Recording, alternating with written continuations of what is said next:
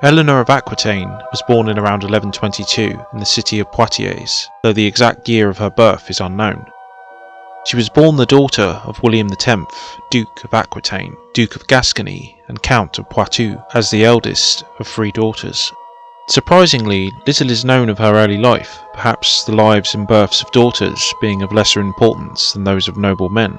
She was given a first-class education, being taught arithmetic, history, as well as Latin, whilst also being taught skills more appropriate to her sex, such as household management, embroidery, as well as being steeped in music and literature, while being a good hunter, rider, and hawker. Another mysterious dimension to Eleanor is her appearance. While sources are unanimous in agreement that she was indeed a beautiful woman, there are actually no specifics on how these looks manifested. The colour of her hair or eyes. Images of the renowned medieval queen are not thought to be realistic to life. The famous tomb effigy depicts a tall and large-boned woman.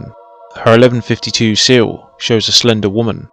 Yet while specifics are wanting, it's no doubt true that she was actually beautiful, beyond the usual praise for ladies of her rank at the time. Her first husband Louis was besotted by her, partly due to her physical beauty, and the English chronicler Richard of Devizes even describes her as beautiful in her later years. Another certainty about her is that, as the heir of the rich lands of her father, she was possibly the most eligible bride in Europe at the time, and was wedded to a suitably eligible man in the future Louis VII, King of France, just 3 months after her father's death in 1137. She was married young, in her early to middle teens, partly due to her status.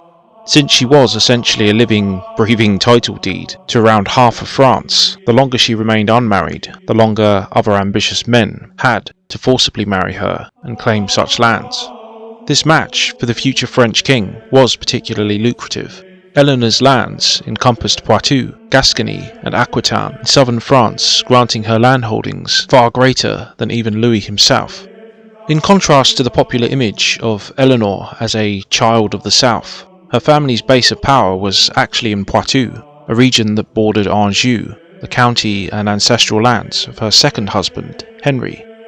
Louis and Eleanor could not have been more different. She was confident, bright, and extrovertive, whereas Louis was quiet and monkish, unfitting for the role of a great monarch.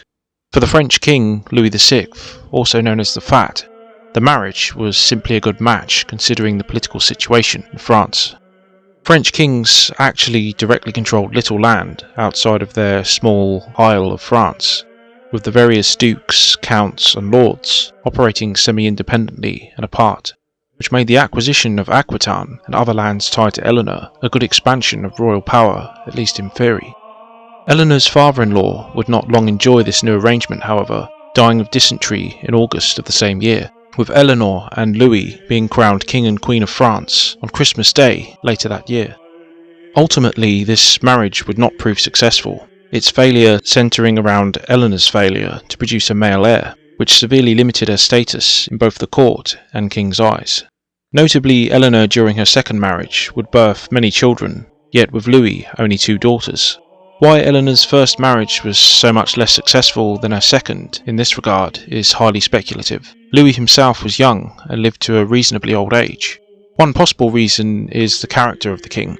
He was not raised to inherit the crown, but was inclined towards a life in the church, a life where celibacy was emphasised, and a fact that may have influenced Louis's own drive to perform this more intimate of kingly duties with Eleanor.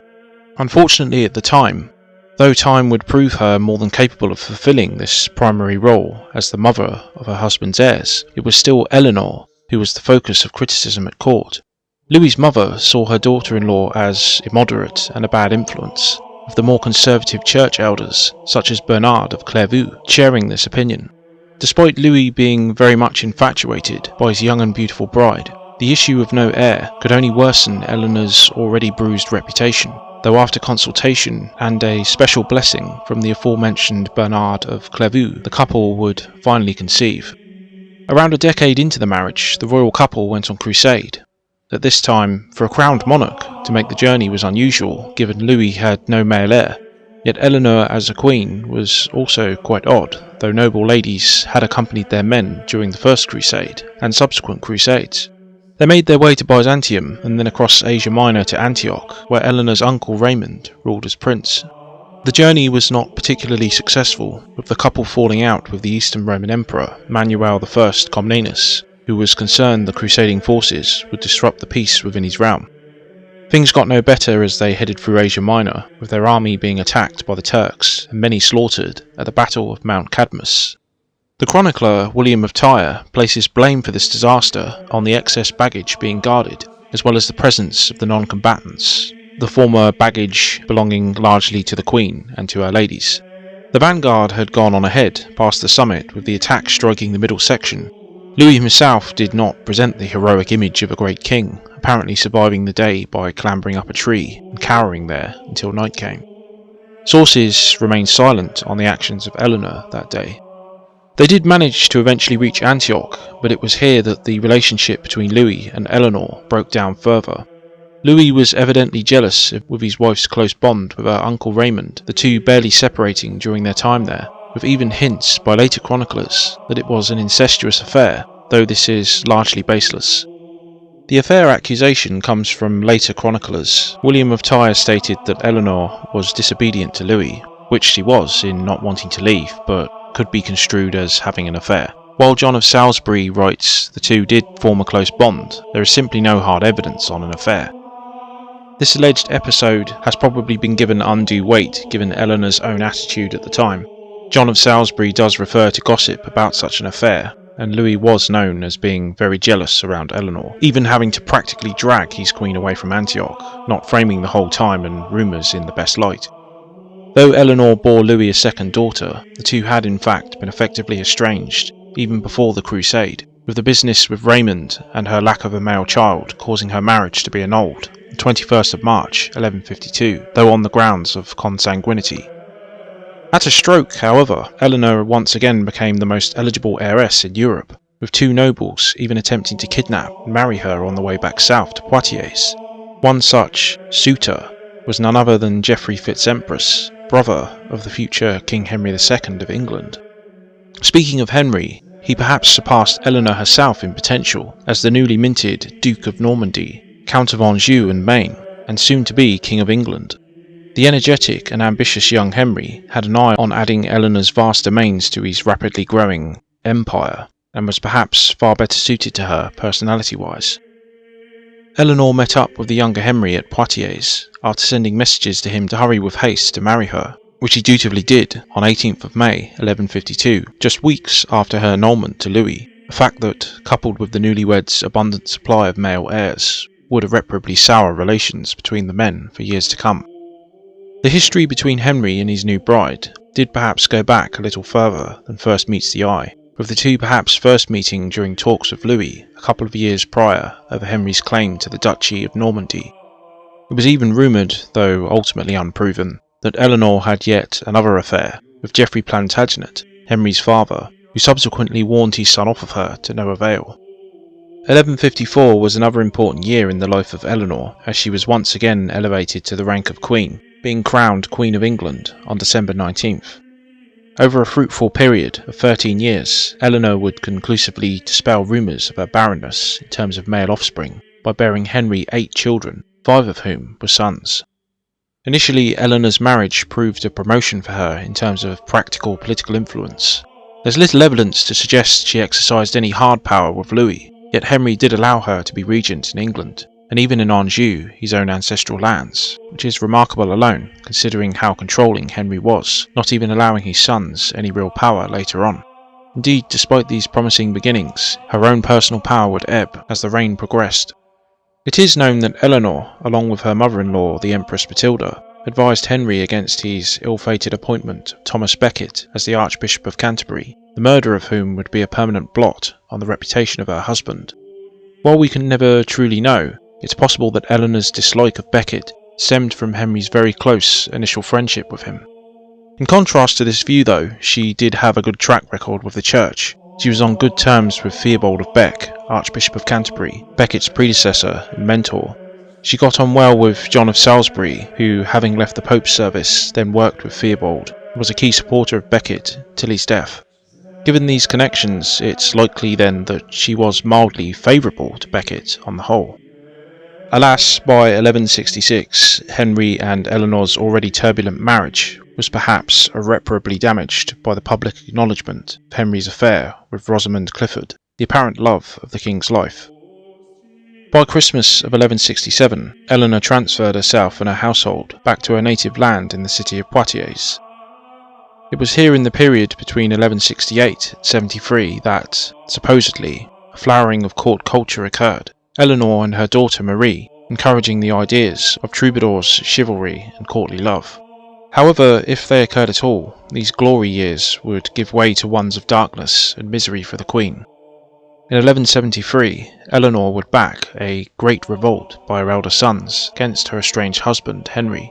For Eleanor, Henry's constant interference in her own domain was a source of annoyance, as well as his constant affairs, and her manipulation of her sons was perhaps the only method through which she could exercise actual political power. Her eldest son Henry had been crowned junior king in 1170, but actually exercised very little real power, as did King Henry's other sons. Henry II held a vast informal empire stretching from Scotland to the Pyrenees, but effectively kept control over it himself, and largely left the succession to these lands an open question. Young Henry joined his father's arch-rival, King Louis, in Paris, along with his brothers Richard and Geoffrey. As for Eleanor, she had attempted to join her sons in the north, leaving Poitiers sometime in the spring of 73, but was captured by her husband's men and transferred to Rouen in Normandy. Not only this, Henry completely crushed the rebellion, and his estranged wife would remain under lock and key for some 16 years. In contrast, their sons were merely humiliated, disempowered, but ultimately left free. This presents an interesting question of why Henry was particularly harsh towards Eleanor.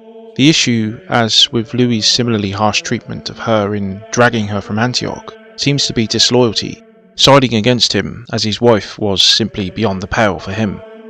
In truth, if Henry did think this, then Eleanor herself was certainly between a proverbial rock and hard place, forced to choose between her sons and a husband that interfered in her affairs as well as publicly flaunted his affairs. She chose her sons over her husband and simply paid the price. It would not be until the death of her husband as a broken and defeated man on 6th of July 1189, following another rebellion involving his eldest surviving son Richard, that Eleanor's fortunes revived. Little is known of this long period of captivity, though it's almost certain she didn't spend any time in a bread-and-water, grimy prison cell. Following account records, we do have some idea of her location and condition. She was held primarily in Salisbury and Winchester, with amounts spent on her suggesting she was treated quite well. Her long life and good health also suggest she was allowed to ride and exercise regularly, even having a small household to attend to her needs. Her confinement during the latter period of Henry II's reign then was more a political neutralisation than an outright prison term. Confining her in England, far from her power base, may have seemed wise to Henry at the time. In the event, her long period in England proved fortunate in giving her a strong foundation of support in the realm. One of King Richard's first orders was for William Marshal to travel to England to release his beloved mother. Eleanor, however, had already been released, and even rode to Westminster to receive oaths of fealty on behalf of Richard. She even signed off as Eleanor, by the grace of God, Queen of England. She held a considerable influence in the kingdom during Richard's absence on crusade, and then in captivity, though England was actually under the rule of a council headed by the Chief Justiciars. She retained her title of Queen until her death, arranging both Richard's coronation and helping him prepare for his crusade, and even arranging Richard's marriage to Berengaria of Navarre. Even as she aged, she remained an active player in European politics, not only travelling to Navarre itself to fetch Berengaria, but escorting her soon-to-be daughter-in-law across the Alps in the dead of winter whilst in her 70s, going as far to the south of Italy and handing her over to Richard before returning home. Eleanor played a decisive role in the negotiations for the release of Richard after he was captured by Leopold of Austria on his way back from crusade, who then handed him over to the Holy Roman Emperor. Her letters to Pope Celestine III during this period show the political level that she was operating at. Her 1193 letter outlining her personal suffering due to Richard's captivity. It was said that Richard later summoned his mother, dying in her arms after being struck by a crossbow bolt during a campaign in France. On Richard's death, She threw her weight behind the succession of John, her youngest son, though the succession was somewhat a matter of dispute at the time, given Arthur, son of her other son Geoffrey, lived on and was thus a scion of an elder son, and arguably the legitimate heir. Eleanor herself lived on for 5 more years, suffering bouts of illness, and yet still performing diplomatic duties by travelling to Castile in 1200 as part of a mission ordered by her son John. She died at Fontevraud, where she had taken the veil as a nun 3 years before in 1204. She famously rests today near her husband and son in Fontevraud Abbey, her effigy depicting her holding a Bible. Thus ended the life of arguably the most famous woman in medieval history, Queen of England and France, mother of kings, great and bad, power broker and indomitable woman, Eleanor of Aquitaine. Thanks for listening to this brief history on Eleanor of Aquitaine. As you can imagine, these videos take a lot of time and effort to make, and your support is certainly appreciated. Anyway, what do you think about Eleanor of Aquitaine? Write in the comments, and don't forget to subscribe and smash that bell button, and I shall see you next time.